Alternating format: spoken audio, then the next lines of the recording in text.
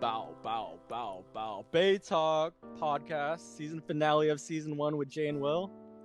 How's your week going, Will? Pretty good on this cloudy day we got going on in the Bay Area, at least in the South Bay. What does it look like over there? It's the same, bro. It's hella cold. Like, Yeah. I don't know where this weather's coming from. It's already March. Spring's supposed to start. Yeah, windy as hell. For real. It's like super windy.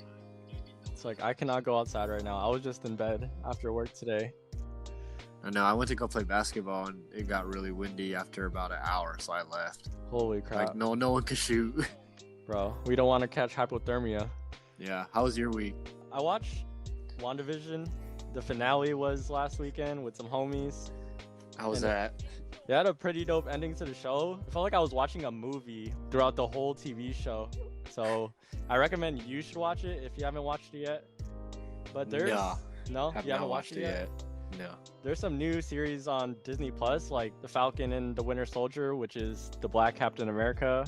Would you be down to talk about a TV show or movie reviews coming up? Heck yeah, man. I'm super down to start like different avenues for this podcast because we have a lot to talk about. Next season, we're gonna take it up another level with these topics, not just the Warriors. But let's get straight into it. All-Star Weekend. Both watch All-Star Day, or actually it was a whole weekend, right? Kinda. I mean, I didn't watch the open run section part of it. Like, you didn't watch Lil Baby and 2 Chainz versus Jack Harlow and Quavo? Nah, I knew Quavo was gonna take the dub. There was no reason to watch it. Bro, Lil Baby is so trash at basketball. Like, how could you be so trash at basketball but rap like a god? I know, for real. I was kind of just like, I knew him and Jack were not that good, but I was like, man, like, y'all are some scrubs. I've been watching the Revol League with all the rappers in it. Jack Harlow, not that bad, but he got knocked out in the first round. But anyways, What did you think about All-Star Weekend? Typical All-Star Weekend. It was really weird, though, because there's no crowd. Right? So, That's like, there was no thing. energy. There was no energy in the building. Yeah, I feel it. Like, there was kind of like no excitement besides obviously the 3-point contest with Steph, our Lord and Savior. For sure, bro. He wasn't even trying until freaking Conley stepped up. Yeah. Like, not even gonna lie. Half of his shots, like, in the first round, he wasn't even, like, following through. He wasn't even looking at it if it went in. He was just, like, throwing them up. Dude, it was, like, Steffortless, as TNT says. He made it look so easy. Like, got 30, 31 in the first round. At least he did good in the second round this time around. He deserves it. I mean, besides Conley, that was, like, the easiest 3-point competition in Steph's career. Right. Probably. Because there was no Booker, no Dame, no Clay, no Joe Harris. Like, but even then, a 3-point contest is a 3-point contest. Like, all those guys can shoot in the game. It's just, off the rack. It's a little bit of a different story. Some of them are not 3-point shooters. They're just in there because it's the All-Star game with the 3-point contest. But I'm glad Mike Conley came out and showed out. 3-point contest was really exciting. You want to talk about the dunk contest for a little bit? No. You don't want to talk about Cassius Stanley or Anthony Simmons? I mean, the best dunk of the night was Cassius' dunk in the beginning. Exactly. That was the best dunk of the whole night, and they gave him a 44. Yeah, that was so trash, bro. Like, the judges were hella bugging that night. There was no crowd. Yeah. So it's just like, they're just basically just looking at the dunk. Dunk contest is so great because it's like WWE. It's like a show. It's like supposed to like perform. There's like a storyline kind of to every dunk. Right. Like they do little props or little costumes or whatever the heck they want to do, tributes. Right. I mean, the Anthony Simons tribute to T-Mac was pretty cool. But what's crazy about this dunk contest? It's like the NBA really doesn't care about it when the fans wait all year to watch this. I know. You can also kind of tell the players don't really care about it as much neither. They want to rest. They want to watch that shit. Like, they're not trying to like be in it and possibly like get injured or embarrassed if they lose. Dude, I'd rather watch Ja Morant do rim grazers for the dunk contest than those 3 participants. Bro, Steph should have literally been in it. Dude, Steph had the dunk of the night. But yeah, let's move on to the All-Star game. What did you think about it? I mean, I was rooting for Team LeBron, so I was having fun. But I already know all the East Coast people were not having fun with that at all. No, they looked. No way. No one was going off besides like Kyrie ball hogging and Harden taking all the shots. I know Kyrie was hella trying on that team, and no one was doing anything. Right. He was the only one taking it serious. Then they kept trying to lob it up to Zion, and he couldn't finish for like half the dunks. I know. I think he only made like 2. That was just ridiculous. Like from Team LeBron. LeBron was just chilling with his feet up, just watching Steph and Dame just bomb away like the whole game. Like that was so nasty. Dude, he literally drafted like the way better team and like got to sit out. He does not I know. care. That's what he wanted. For real. Yeah, but I mean, as you guys know, our last episode, it was about Damian Lillard. I personally just made that just to come out and just, talk about Dame.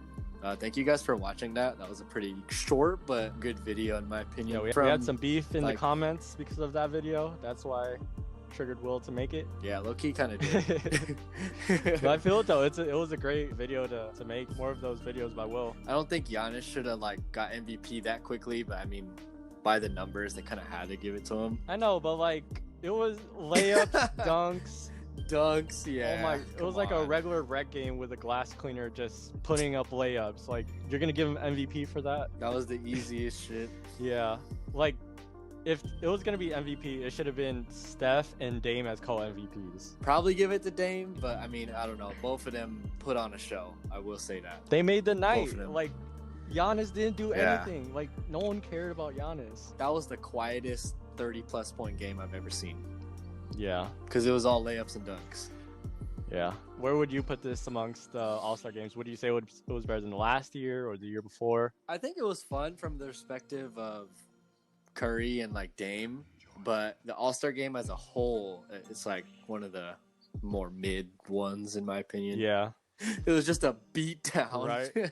Like, the NBA was trying to hella hype it up after. They're like, oh my god, dude, we've never seen anything like this. Like, dude, there was no fans, no excitement whatsoever.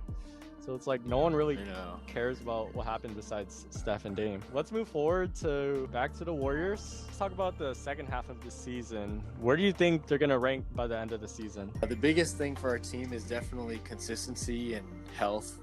Would you agree? Yeah, like health is the biggest factor. We can't even every 2 weeks someone's hurt.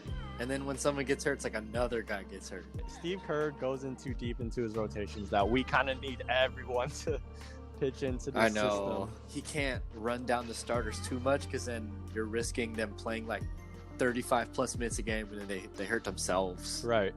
So it's like you have to take him out. Yeah, you can't see Looney playing 30 minutes or else he'll break down. Just crumble. Just the wheels fall off. I think my worst fear was the second half of the season is with Steph.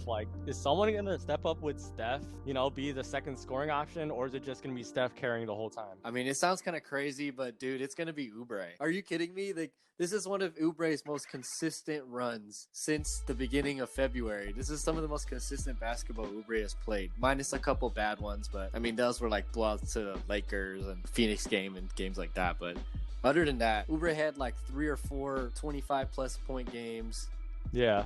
And then he had a 40 bomb. He's capable. Probably going to be Oubre, man. I just don't see Wiggins taking more than 12 shots a game. No, unless it's against a really bad team like he did against the T-Wolves. He's in the system now, finally getting it, and I think we should just keep riding with him. We talked about that kind of in the beginning of the season where we kind of said, dang, Wiggins is the better shooter at the moment, more consistent shooter, what he was. But Oubre was way more aggressive, and we needed that. Yeah, kind of weird with the trade deadline coming up. Who would you rather trade, Oubre or Wiggins? I'm not thinking about this year. I'm thinking about next year.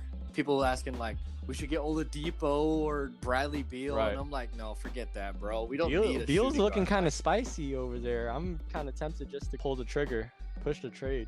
I know, but then we're just gonna end up with D'Lo again. It's just kind of we have 3 guards. No, that ain't gonna work. The Lakers or the Nets or the Bucks. There's no way. I mean, we have to have Clay back and have a real small floor. Yeah. Not put Clay there. Yeah, let's not forget about next year. We don't have to rush. We're having Steph to have a really good second option. I think they should just keep rolling with whatever they got right now and just hopefully make 8th or 7th seed. Personally, if we're healthy and we're consistent, we can be 6 or 7, but probably going to be 8, and then if we get lucky, 7. Yeah. But I mean, that's not bad. That's what we all thought in the first place, considering we don't have Clay or Marquise. Yeah. As long as we make the playoffs, I'm happy. Yeah, I honestly don't care at this point. I'm just kind of like, all right, just no one get hurt. Everyone stay consistent, and just if we make the playoffs, cool. If we don't, shit, like that sucks. Yeah. But I'm not like tripping too hard on this year. Next year's the real year. Exactly. March of 2012, the trade that shocked the Bay Area. Traded Monte Ellis for Andrew Bogut. Boo! We want Monte. We want Monte back.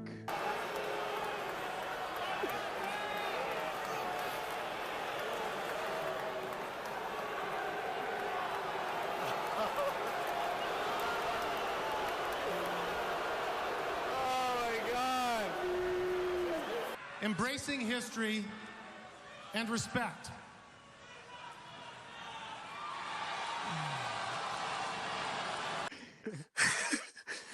Bogut's not even playing. He's injured. Bro, Bogut's a scrub. Like, we don't need a center. Yep. And then it was one. And then we lost to Cleveland. And then we got KD. And then we won again. And then we won again. And then we lost KD and almost won. But we don't talk about those. No. But nevertheless, it was a run to remember. We're going to definitely tell our kids about this and our grandkids about it for surely. We witnessed history. I mean, people say it's over, but I think right now we're just taking a break. Right? Like, it was so unexpected how this dynasty started. Like, I would have never thought I'd see the Warriors actually win a championship, and then Steve Kerr comes along. Exactly, dude, man. Like, first of all, like, what was your favorite one? I think mine was the first one because it was so freaking like unexpected. The first chip? Yeah.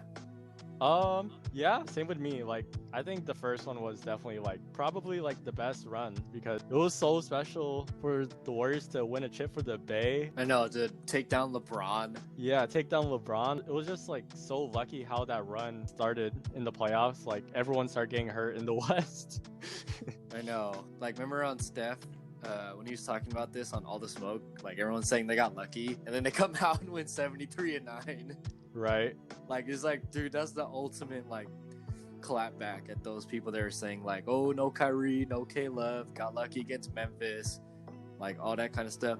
But I mean, it's like we don't care. We won the championship. Plus, it goes both ways because like we had the same issue with Clay and KD against Toronto, so it's like it kind of evens out that way. Bro, people just keep it like one-sided with Bron. Like, they think everything's about LeBron and then nothing else happens to the other team. I know, it's either he gets all the credit or he gets all the excuses if it's not his fault. Right. Or if he loses. Man, one thing I want to bring up, like, I miss when it was 2014 to 2016 or all the way back to 2012 when like Steph started to really become the greatest shooter ever, that like there was no answers for him. No one was double teaming him. I know. And then like Mark Jackson said, like, this is already going to be the greatest shooting backcourt of all time. And everyone thought he was capping, but then he was right. What, they're going to name Rondo and Ray Allen as best shooting backcourt? Yeah, y'all obviously don't know about the Warriors yet. There's levels. Right. So our first topic is going to be our favorite like regular season plays. Which is okay.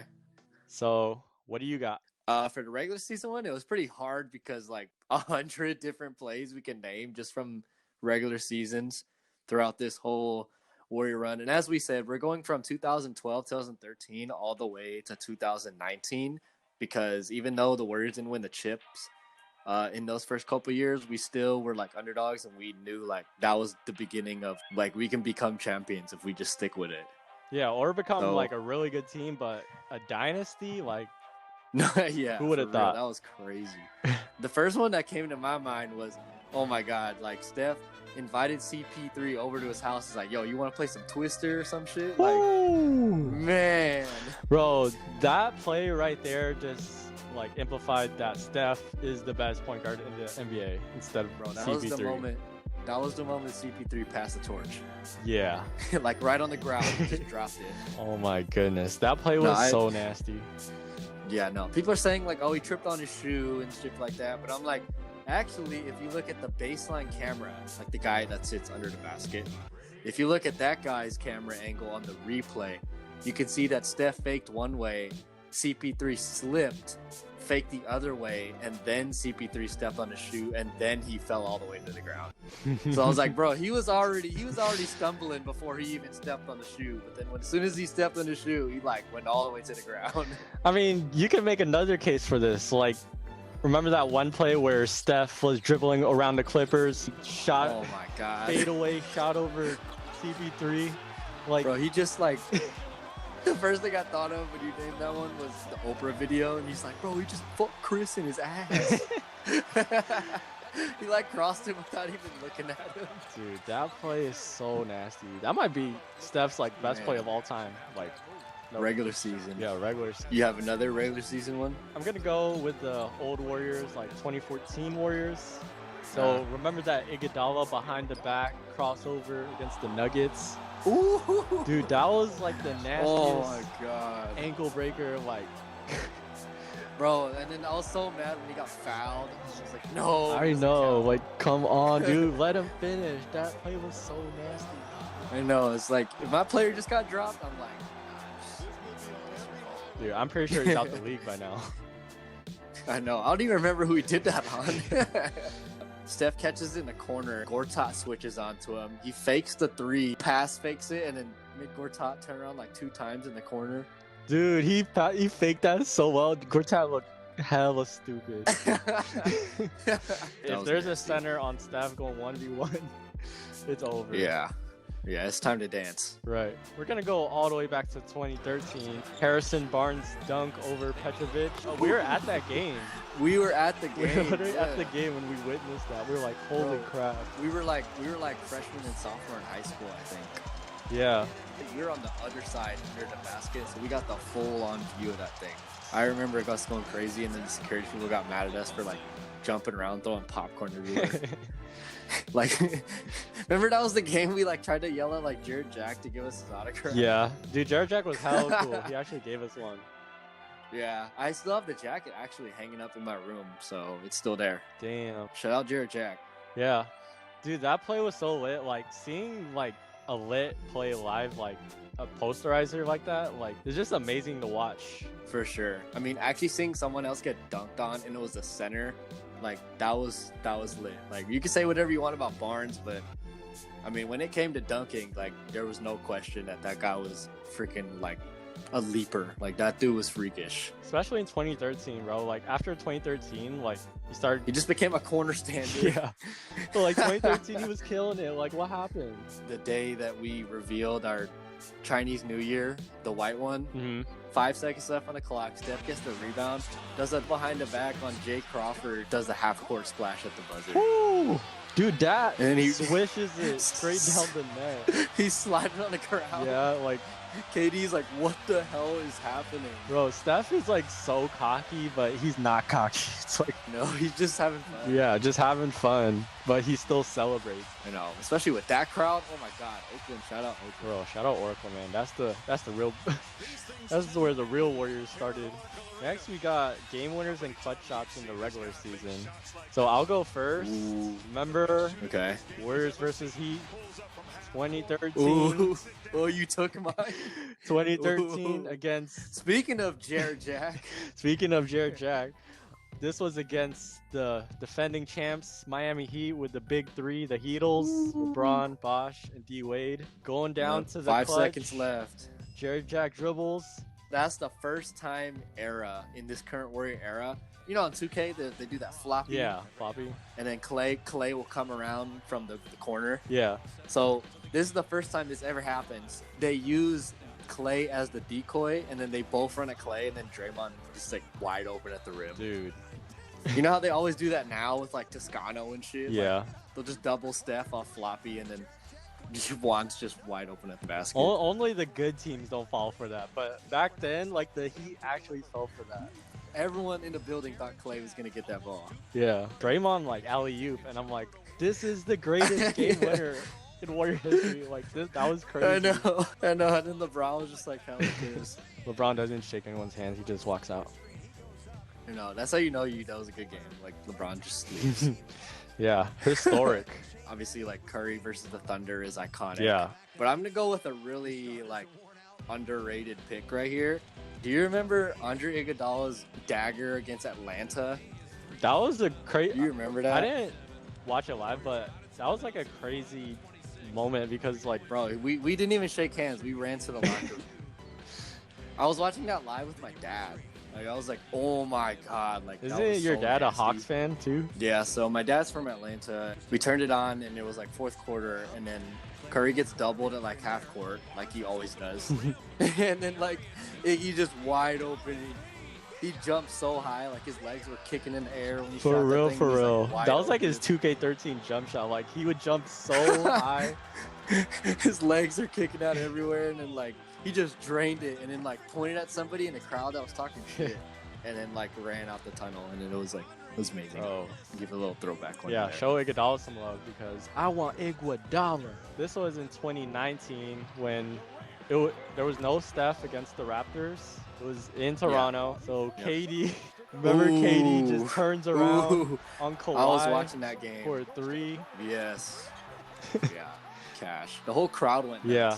Yeah. And that game was like weird because it showed that we needed KD during the Raptors series in the finals. I know, like 2019 was definitely the most top-heavy Warrior team ever because it was like Steph, Clay, Draymond, KD, Boogie, and then no one on the bench. I mean, you got like Jerebko, you got McKinney, Quinn Cook. Quinn Cook. It was just like Quinn Cook nobody. in the 4th in the finals. So we're gonna go into the Warriors dynasties like key checks or where they go into go off mode, you know. Yes. I mean, Love there's a whole these. bunch of Clay in here. So but we're gonna just go by what we like. So you wanna go first? Yeah. So again, I'm gonna keep naming some like underrated ones, not like the ones that everyone knows already, because you can easily find those on YouTube. Clay's 30 I mean, seen we it a obviously million times. I mean, we obviously have to name it, but for the one I'm gonna pick for the purpose of this video, just to be different, I'm gonna definitely have to go with Steph against the Wizards from 2019. That one was freaking insane. bro, The one where he does the shrug. I swear, after that game, I thought he was MVP. Like, I know. come on, Me like, too. how do you not give this man the MVP? He puts on a show every night. I know. I mean, that was so nasty. That one had a lot of like deep threes where he just pulled it right in like Austin Rivers' face or John Wall's face. It was just like, what was happening? Man, Steph always cooks John Wall, I swear. Yeah, I remember that one play where he just pulls it in Rivers' face from hell, like 35. The iconic moment I remember, besides the shrug, was the one where they just grab Steph, and then Steph throws it like 100 feet in the air, and it just drops straight in. That was so nasty. He like almost hits like the roof. Bro, Like that thing was nasty. He threw it up like 100 feet in the air, and it like dropped straight in. 2019 Steph, like, that's like top 3 stuff. Underrated. So underrated. With KD and everybody, he was still averaging like 26, 27. But I'm gonna have to go with Steph versus the Wizards. That one was nasty. I have the jersey from that game. Like I literally bought the jersey. Ooh. I bought the old golden like Western style jersey. I had to get that one because of that game. Dude, whenever like a Warrior player has a good game in like a special like jersey, like the City Edition, or like Yeah. you kind of have to cop it because it reminds you of Just the that moment. Right. Yep. What about you? What's a heat check you want to remember? So we're gonna keep in the Steph world, you know, Steph world. Yep. We're just living in it. But Yep. I'm gonna go back to when like I really became a Steph fan, which was in 2013. Steph Curry versus the Nuggets, Game 4. He was striping it, like Oh my god. pulling from in transition, like on fire, like Bro, it and was then nuts. that was, yeah, like the commentators couldn't even believe what's going on. They're like, bro, like Steph Curry is different. Like we've never seen a player like this. Dude's a flamethrower. Like he was just, You have to come back to the iconic ones. yeah. I mean, that's the all we mainstream got. ones. That- Come on. That's all we got left. I'm gonna definitely have to go with Clay versus the Thunder. Dude. Like, are you kidding me? Okay, let's just talk about your moments because I got the same moments. Are you kidding me? Dude. Like, So oh my god. that has to be like top 10, top 5 most clutch Bro. performance of all time. Come on. Bro, I was obviously in AAU basketball, like we said in episode 2, way back. I know, right? But in episode 2, so naturally we would go up to the national basketball tournament up in Reno, the jam on it. Missed going to there. We were in Reno and Warriors were playing the Thunder. My mom and I were in the room. I was probably like a sophomore in high school. Clay had that game, bro. We probably got like 20 noise complaints because we were jumping up and down, screaming every time Clay made a three. Like, dude, this dude was not missing. no, he really wasn't. Like any shot. Did you see took, that? Like, or somebody's right on him, and he just like looked at the ground and just pulled it from like 30 feet. oh, Like he just like fuck it was it. like almost from the logo. Yeah, he was like kind of like at top of the key, kind of. Wasn't there? He just like. Wasn't there one three where he like turned around and shot it over like Steven Adams or something? Yeah, something like Dude. that. And then there's that one where like 11th one where it was just in transition. He just like pulled it. Basically the dagger. Oh my god. And that was when Game 6 Clay was born. It's so iconic because when it's Game 6, you don't want Clay playing. Like it was like Steph had 50, and then KD had 45, and then Clay comes out and has 14 threes in a game against Chicago. Dude, that game was like a wreck game. Like when someone has takeover, you just give it to them. But You just give him the ball. yeah, like I felt like Clay had an AI on him the whole game. for real. Like the shots were just so easy for him. Like the threes were right there. Bro, just catch and shoot. Then right before he makes his 14th three, he puts on the headband because he's bleeding. And they didn't want to take him out of games. They're like, fuck it, he's bleeding, just give him a headband. We'll just stitch him up later. Then he gets his 14th three in the headband, and it's like so iconic. That picture of him getting the You know. celebrating. I remember the My Team card for that. Dude, Clay in my team is like Hella funny. the most OP card in the game. I know. Especially with the one we're about to talk about. Shout out 2K15, Ruby Clay, gosh. most broken card in history. Remember everyone had that card because everyone was trying to get it. And then like if you didn't have that card and you had the loading screen, you're like, oh my god, he has Ruby Clay. That was part of the meta team. Like if you didn't have that card, you're not winning the game. Funny because Ruby is like nothing now, but back then Ruby was like freaking nasty. Yeah. But yeah, as we all know, Ruby Clay 2015, that stems from 37 and a quarter. Dude. Most iconic like key check of all time. No, yeah, like that literally is the definition of give me the ball and get out of the way. Yeah. How do you not miss and then end it off with 52? Like this dude is different. How is this guy not an all-star? Just bowing down to him, like people in the stadium. This is why we're never trading him. No, never. Not even for Giannis. I Nope. wouldn't do it. I can't do it. Cannot do it. I don't care if he has one leg. We're riding with it. No, I don't care if he's playing in the big still. Like all he got to do is stand in the corner. That's all you got to do. Yeah. All right. So we're gonna move on to where the Warriors truly come alive, where it all matters. Man, for playoff moments, I mean, there's so many good ones too. Like, I mean, it's just freaking ridiculous. I mean, we have to talk about like I am back. Are you kidding me? Like when he came back from that injury. Exactly. Like first game back, 40 points. I know, like he had like 0, or he didn't have 0, but I remember he was like 1 for 7 or 1 for 8 to start the game. Like, He didn't was even really start. bad. That first half, he was like really bad. 17 points in overtime. Yeah, which is I was the like, most oh my points God. in NBA history. Like this dude Yeah, godly. in 5 minutes. in 5 minutes. Like Yeah. he's godly. Jesus. Yeah, no, he was dancing on Aminu, dancing on any like big guy that switched onto him. He just pulled a 3. Right. Yep. Shout out Brian Anderson. Brian Anderson is now becoming like one of my favorite commentators. That was like the first time I ever heard his voice. Right. Really underrated. Really underrated. Yeah, he's like our second Bob Fitzgerald to Curry. I know, like obviously I know Mike Breen and you know Mark Jackson and everybody, but I'm like, dang dude, like whenever Brian Anderson comes on, it's like expect high energy and just iconic moment to happen. Bro, he feels us. MVP. Like Yeah. For the highlight of the whole playoffs finals was whenever we played the Cavs. So the real finals every time was when we played the stupid Rockets. Every time we played the Rockets, it was the hardest freaking thing ever. Like Cavs, it was like, all right, whatever. We got KD. Let's just get him over with, and we'll get him in 4 or 5 games. But Rockets, it was like, man, like we actually might lose to them every year. Like we actually might yeah, lose to it them. was scary. Like even in 2015 when we first played him, I'm like, Are we better? Holy Are crap. we better than the Rockets? And then Because remember, like, D'Antoni and Harden came out like, no, like, we designed our whole roster, our whole offensive scheme to beat the Warriors, and they almost did. Like, they did a really good job, and I was like, man, give D'Antoni credit. Like, he knew how to take us down. Yeah. He just didn't have KD. That was the only difference. Yep, like that system. Yeah, KD.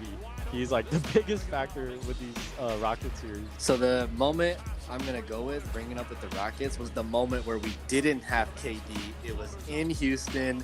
It was a closeout game. It was game 6. Steph Curry starts off with 0 points in the first half. Remember this? And then he came out and had like 30 in the second half. Dude, oh my crazy. God. And then finished it with the dagger right over PJ Tucker. And then Mike Breen was like, with the iconic call. And it was like, oh my God. And the crowd was so silent.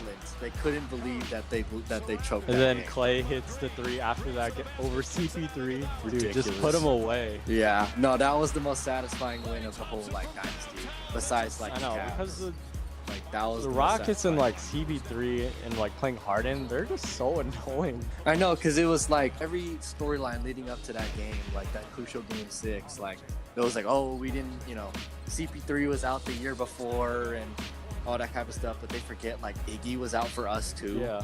So it was like, it was in Houston. They have James. They have No CP3. excuses. We don't have KD. Curry started out with 0 points in the first half, and we still came out.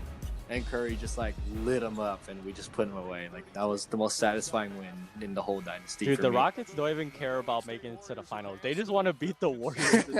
They will never beat us. For sure. James Harden and the Rockets will never beat us. Let's go with KD. Man, We're just gonna go straight to KD. Snake 2017. Dude, his playoff run in 2017 like has to be one of the greatest like playoff runs of all time. Oh my God. And in the finals, the Yeah. finals, he dominated LeBron. I don't care what anybody says. Like, Even though we all want Steph to win Finals MVP, like, I mean, it was really hard to not give it to KD after those dominant games. It was really 2018 hard. was debatable, but 2017, KD was a monster.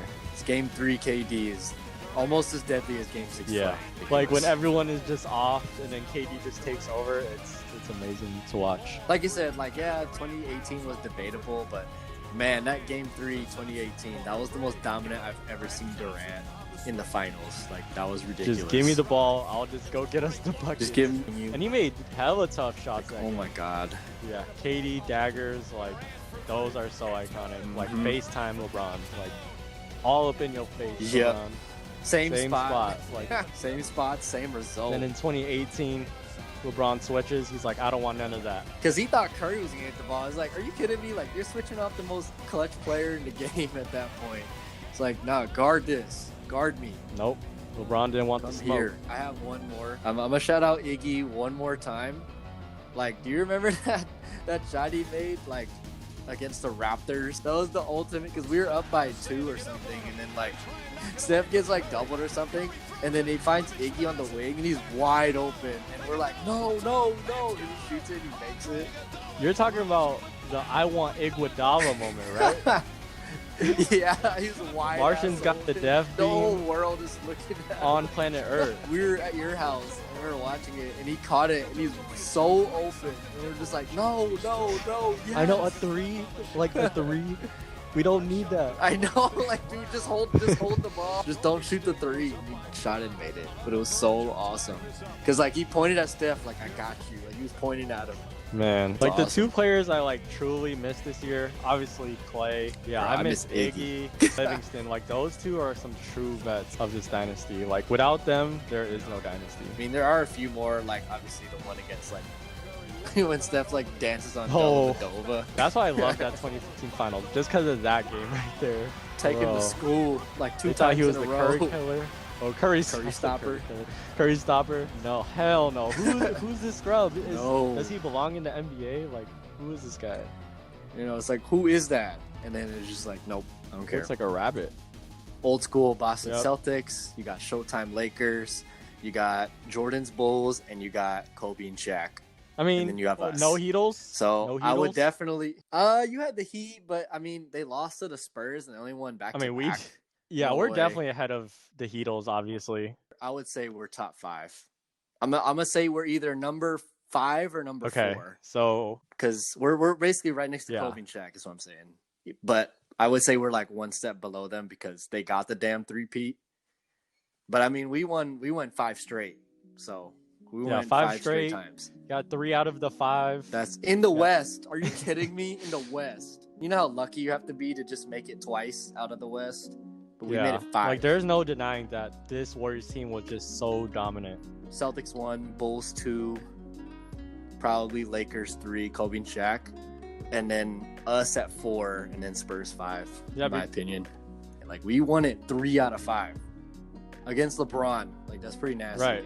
But I would say we're pretty much tied with, like, the Spurs. Like, we're either one step above the Spurs or next to them, but we're also, like, one step under the Lakers, I would say, just because they won 3 in a row.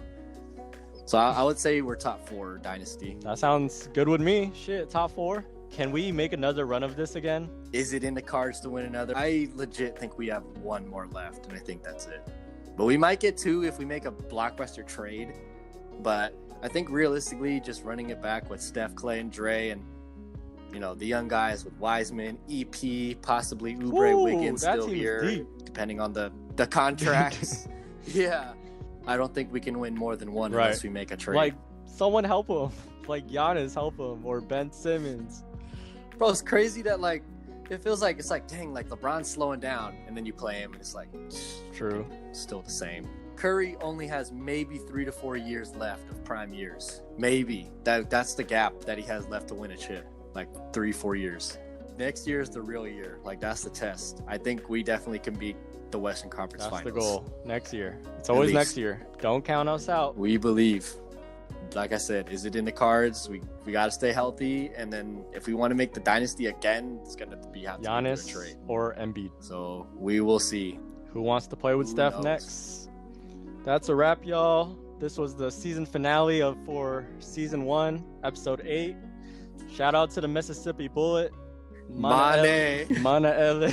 Number 8 forever. Yeah, thank you to our viewers and listeners for tuning in to the Bay Talk podcast with your hosts, Jay and Will. Shout out to you guys. Like, we didn't even know we were really going to do this. And then after about episode 2 or 3, we're like, man, like, let's just keep going and see where this goes. And we're getting better and better. And season 2 is going to be pretty lit. So stay tuned, and shout out to you guys for sticking with us. Yep. We're going to be taking a short break as we prepare for season 2 of Bay Talk. We're going to be coming out with 2 episodes for you guys on season 2. So be on the lookout for those, and it's going to be fire. But until then, we're going to take a short break, maybe like a week or 2, and then we'll get back to you guys. Yep. Follow our TikTok, Instagram, and stream us on Spotify with the links in the description. Thank y'all for your support. Thank you for your support. Shout out Mana Ele. Greatest Facebook post of all time. Fact. Yeah, season 2 on the way. We'll catch you guys later. Peace. Peace.